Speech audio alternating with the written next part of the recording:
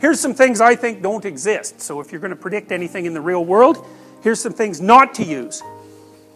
I don't think self-esteem exists. There's really one scale. The Roman Taffarati made a self-esteem scale that's pretty good. But the standard one is the Rosenberg, and I can't remember how many items it has, 15 or something? Not enough items to really be reliable. I think there were, 25,000 published papers on self-esteem, figure 10 grand a paper, which is, a comparatively conservative estimation, so you can do the math, 25,000 times 10,000, so that's the total amount of research funding that's gone into looking at self-esteem. It's like, well, what's self-esteem? It's a word, actually it's two words, right? But and it's sort of something you think you might have or not have, but that's a figure of speech. That's not an empirical phenomena. And so most of extroversion is just neuroticism, as it turns out. It's like if you have a lot of negative emotion, you don't feel that good about yourself. Well, isn't that a surprise? You have a lot of negative emotion. And if you want to fix it up a little bit, then you can also subtract positive emotion from that, because if you have a lot of negative emotion and you don't have a lot of positive emotion, so that's neuroticism minus extroversion, then your self-esteem is even lower. And then maybe over time conscientiousness starts to make a bit of a difference, right? Because if you're conscientious and you work hard, you can start to see that that's paying off, and Taffarati's done some work that seems to sort of indicate that. But, the first thing that happened is everybody went on a self-esteem bender, even though the measures were pretty appalling, and even though you could, model it with the big five. And then one of the things that happened as a consequence of that was that the whole California school system started to teach students self-esteem. It's like, what makes you think you should have high self-esteem? Like maybe you're a miserable little worm. God only knows, right? It's not the case that you should have a good opinion of yourself in every bloody situation. What if you're a bully who pounds people out in the schoolyard? Bullies, by the way, do have higher self-esteem than normal. So because it's not like they're feeling bad about themselves when they pound you, they're feeling bad about you. And the best work, the low self-esteem equals bully hypothesis, lots of people believe that, but if you read Dan Olweus, who's the world's leading authority on bullying and who's actually done something about it, what he says is that bullies have inappropriately high self-esteem, which is why they think they're in a perfectly good position to pound you out if you happen to be on the playground. So it's not like they're suffering from a neurotic weakness of self-image. It's quite the contrary. So anyways, in the California school system, they tried to teach kids self-esteem, and there's no evidence that you can do that first, because neuroticism is actually quite hard to shift.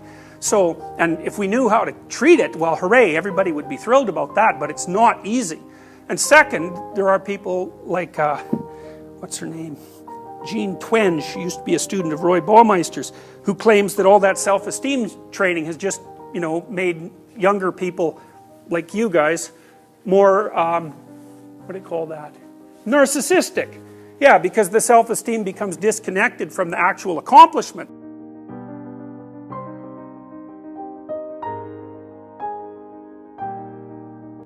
How good should you feel about yourself? Well, you might say, well, you should grant yourself the right to exist like you do everyone else. That's sort of like a basic human right. As a human being, you're valuable. And then maybe you should sort of think you're about as valuable as other people roughly think you are. That seems about right? So the right amount of self-esteem would be your perception of your value within the context of a group. It's got to be something like that. So there should be a concordance, because like maybe you need to improve, could well be, And are you going to improve if you're feeling really good about yourself? Well, the answer to that is, well, we don't know. How much misery about yourself do you have to have before you're motivated to improve yourself? None? Well, that doesn't seem right, but we also don't know whether it's shame or guilt or anxiety or pain or, these negative emotions that motivate you. Now, it's clear that if you have enough negative emotion, that can paralyze you. But that's like depression and psychiatrically high levels of anxiety. That's not like low self-esteem.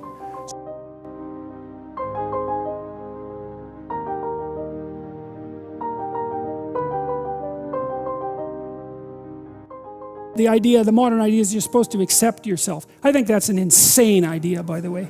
Really, I can't think of a more nihilistic idea than that you're already okay. It's like, no, you're not. And the reason you're not is because you could be way more than you are. And so what do you want to be? You want to be okay as you are? Or do you want to strive towards what's better?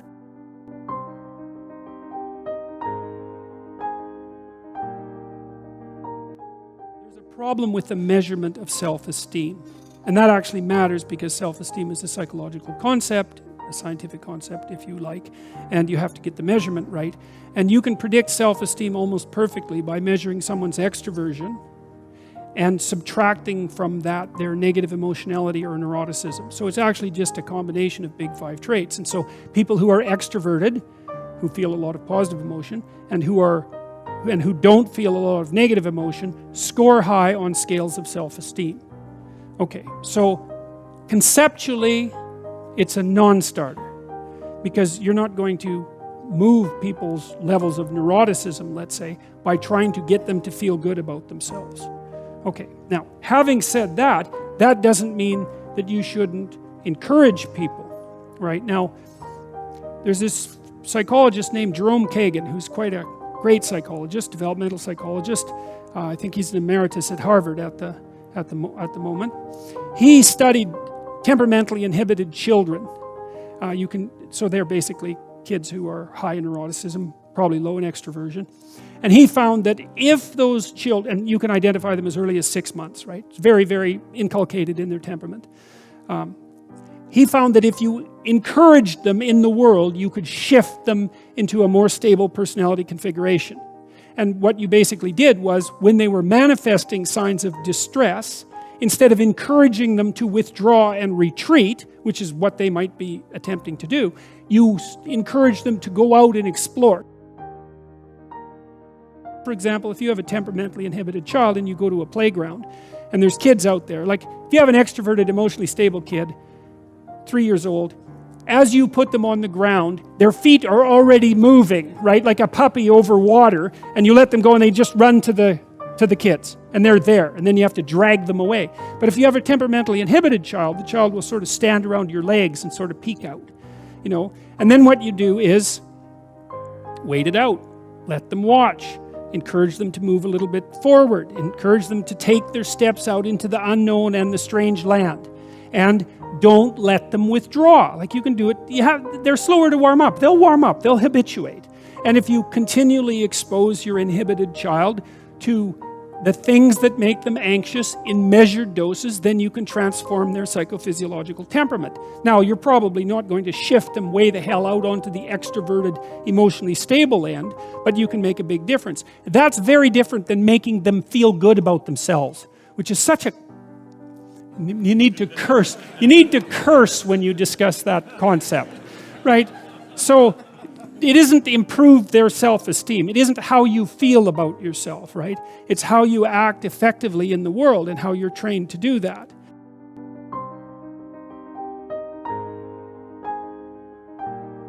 Idea of self-esteem.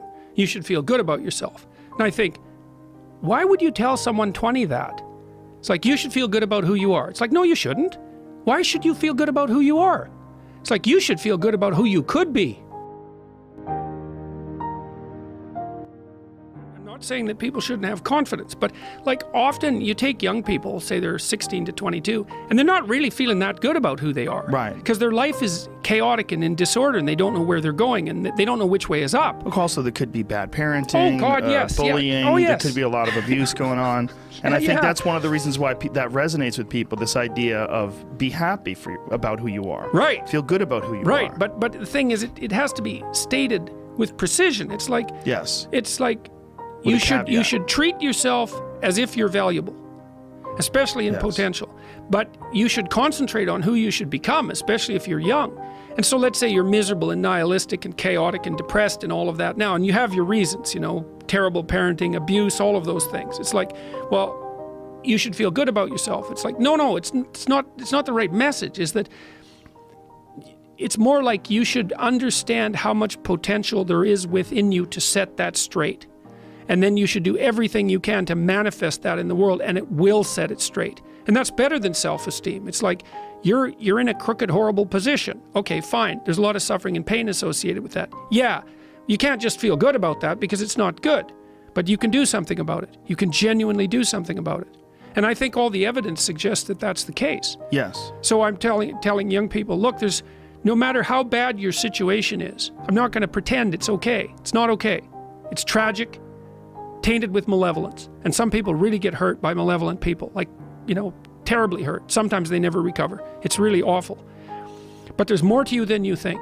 And if you stand up and face it with a positive, with a noble vision, with discipline and intent, you can go far farther to overcoming it than you can imagine. And that's the principle upon which you should predicate your behavior.